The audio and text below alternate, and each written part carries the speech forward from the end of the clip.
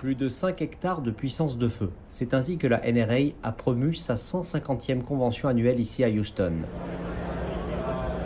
Les fabricants d'armes ont présenté des milliers de produits différents, dont des machines pouvant détruire un hélicoptère dans le ciel et des fusils d'assaut de type AR, comme ceux utilisés par le tireur du Wald.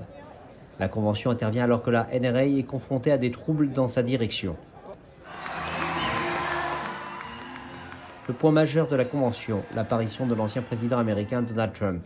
Selon la Commission électorale fédérale des États-Unis, la NRA a donné à Trump plus de 30 millions de dollars en 2016 pour sa campagne présidentielle. En 2021, un juge fédéral a refusé la tentative de la NRA de déposer une demande en faillite. Ainsi, cela a laissé le lobby des armes le plus puissant de la nation faire face à une poursuite de l'État de New York, qui accuse la NRA d'abus financiers. Le PDG de la NRA, Wayne Lapierre, a reconnu avoir effectué la demande en faillite sans consulter les membres du conseil d'administration de la NRA. Durant la convention à Houston, le premier dirigeant de la NRA a rejeté les efforts menés par l'administration Biden pour renforcer les lois nationales sur le contrôle des fusils d'assaut. Le point sur lequel nous nous différencions du président et de beaucoup de son parti est la question politique. Et que pouvons-nous et devrions-nous faire pour éviter cette haine, ces monstres odieux qui marchent parmi nous et commettent leurs actes atroces?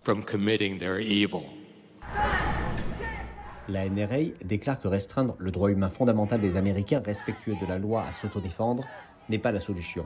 Des manifestants s'opposent fermement à ces propos. Durant ces 3 jours de convention de la NRA ici à Houston, les manifestants ont exprimé leur profonde frustration dans une société où la violence par arme est chose fréquente. Parmi ceux qui sont en faveur de davantage de restrictions sur les armes à feu se trouve cet étudiant de 19 ans qui ne nous a donné que son prénom, Albert. Il pense aux victimes de la violence par arme. Puisque l'Amérique est le seul pays au monde à avoir un tel problème et que beaucoup aussi sont des enfants, cela me remplit l'esprit de tant de rage, de tristesse et de colère. C'est pour cela qu'il faut du changement et c'est la raison pour laquelle je suis ici aujourd'hui.